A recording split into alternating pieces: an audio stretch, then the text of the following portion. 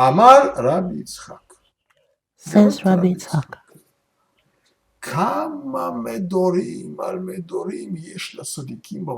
how many of those dwellings for the righteous are there in the other world?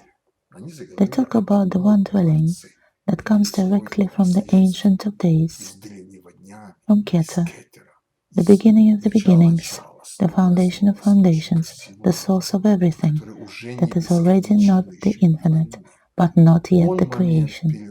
Keter is the breaking point, the moment of finding the infinite. So how many dwellings or stages are there for us to grasp, to feast our eyes on, to ascend from one dwelling to the next one? So these dwellings for the righteous do exist in the other world. The highest dwelling. So who is the highest dwelling, in which the highest ones reside? I know of two.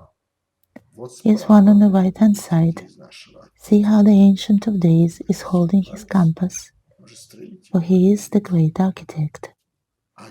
And one stem is pointing at Chokhmah, but it's not a dwelling. It's a starting point.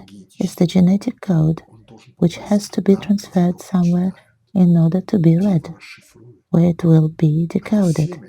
It's the seed that has to be transferred to the mother's womb so it would be developed. As Zohar says, the Almighty will do it, not you, but He will do it. And this is why the next Mador, or the dwelling, the one on the left, is Binah, the mother's womb, Rechem. She is the highest mother. She is the highest dwelling, which is above everything else, above the rest of the dwellings. We can't call Chokhmah, which is on the right-hand side, a dwelling, because it's the seed. But Binah on the left is the dwelling.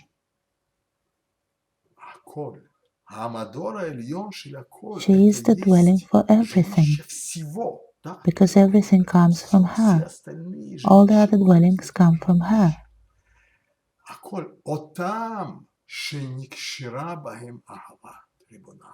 She is the one connected with the king by his love for her.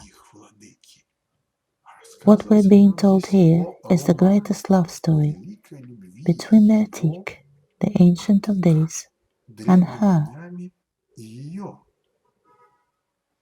the highest mother, who is bound to him by great love.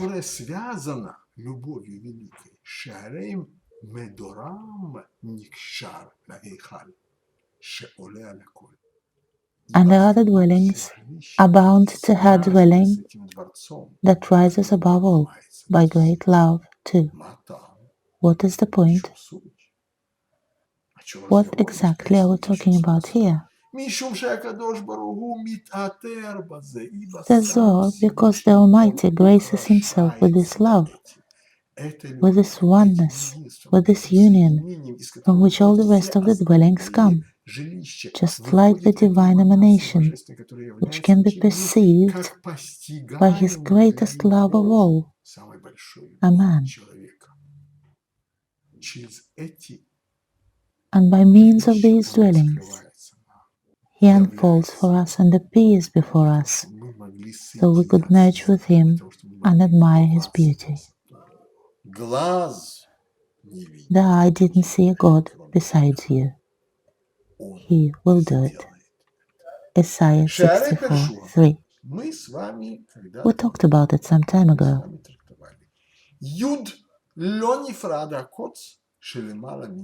The letter Yud, look, it has a tip that goes up. This letter Yud symbolizes a seed, the masculine, and it connects at the tip and will always be connected to Keter and never leaves it. If the source of light goes out, God forbid, everything will disappear as the light is always connected with its source, even by a thin thread, but still connected. So the letter Yud has the tip always connected to Keter, connected with the source of everything. It never leaves Keter, which is above it. They never separate. They're connected forever. For he, the one that the letter Yud never leaves, he dwells in love. Love is the strongest bonding element. Why does it never leave? Why is this tip of Yud always connected with the source? Why is Yud never left alone, but is always connected to Keter? Because it's Ahava, because it's love.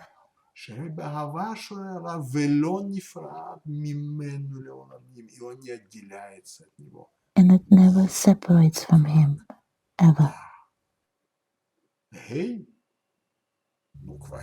The letter Hey, we already talked about it. The letter Yud, the masculine, the seed, never leaves the letter Hey, the feminine Hey, perceiving and accepting the chalice, and they never part. This pair is always together.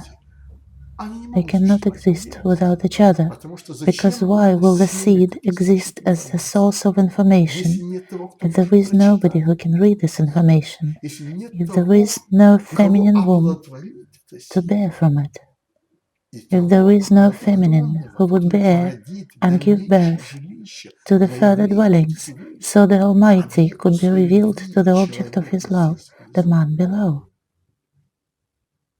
Thus they never part. They exist only together. This is why one of the names of the Supreme is Yah, Yah Adonai. From the straits are called God, Yah.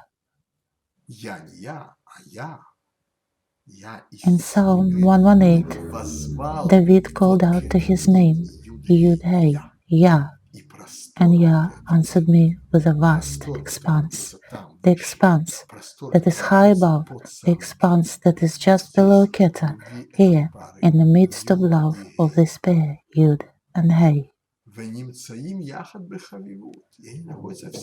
They always stay together and in love. They never separate from each other. Precisely like Hey is always with Yud. Just like it's written in Bereshit, Genesis 2:10. And a river, a stream, flows out of Eden. This Sephirah, defined as Yud, is called Chochmah. The Sephirah on the right, it is the stream, the flowing and fertilizing stream. All the information comes down from here. This stream comes out of Eden constantly and at all times. It doesn't stop even for a moment, because if it stops, the world will disappear. It won't be destroyed or shattered or parted into segments.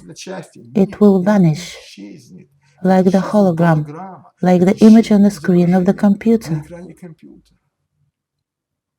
All it takes is to unplug it from the source. This union, this love of Yud and Hey, provides the constant existence of this world. The roaring stream comes out of Eden.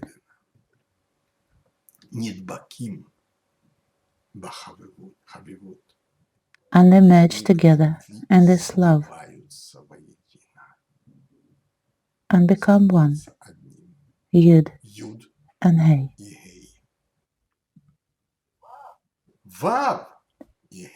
Vav and Hey, these two letters, Vav and Hey,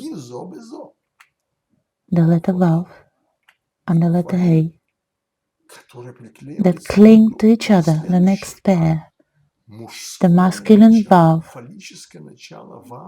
and Hey, the lower mother below. When they join or merge together, they cling to each other in love. the bride and the groom. I think all veils are removed by now. There are no more riddles to solve. The bride and the groom. For their path is always in this love. Because if there is no love, there can be neither bride nor groom. The letter Yud and the letter He, the letter He and the letter Vav, the letter Vav and the second letter He. These are two pairs, the masculine and the feminine, the masculine and the feminine, Yud and He and Vav and He.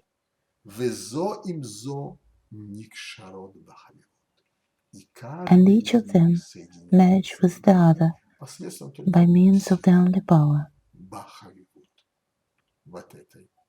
the power of love, the power of affection. And all this is called Ahava, love. Look, the highest name of the Almighty and the word Ahava, they're so much alike. Half of the letters are the same. 4 letters altogether. And all this, all that's been said here before, it's all called Ahava, love.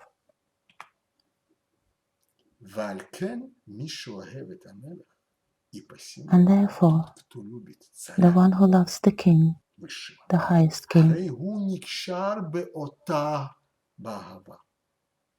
then he is connected to her, to the Shekhinah, to this queen, to this beauty. He is connected to her by love. And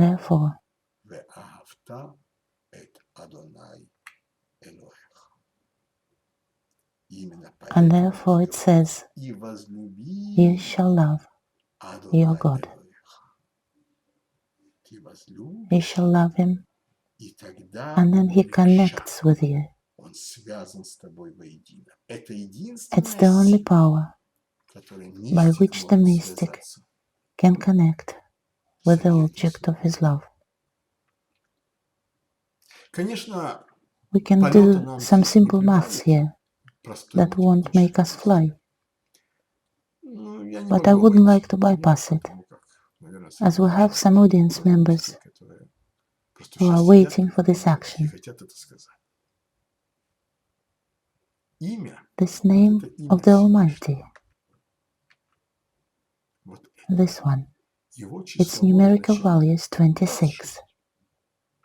Yud is 10, A is 5, Vav is 6, and He is 5 again, 26 altogether. The word Ahava doesn't coincide with it. It's not 26. But we have 2 pairs, the higher bride and groom. Here they are. And we have the lower bride and groom. 2 love stories. And every love, or Ahava, equals 13. Ahava multiplied by 2 makes 26. Love multiplied by 2 is the name of the Almighty, the 4 letters of the name of God.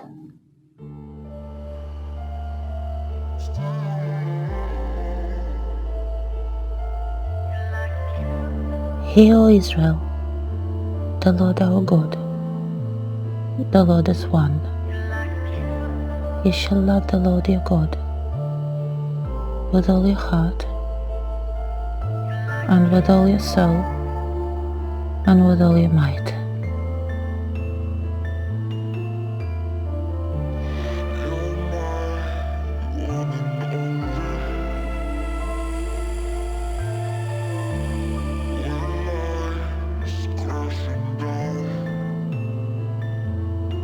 We love not so much the object of our love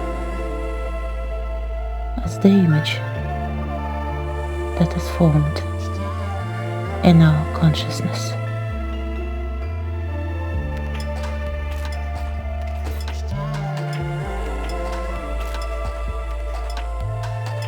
שמע ישראל, אדוני אלוהינו, אדוני אחד. ואהבת את אדוני אלוהיך בכל לבבך ובכל נפשך ובכל מאודיך.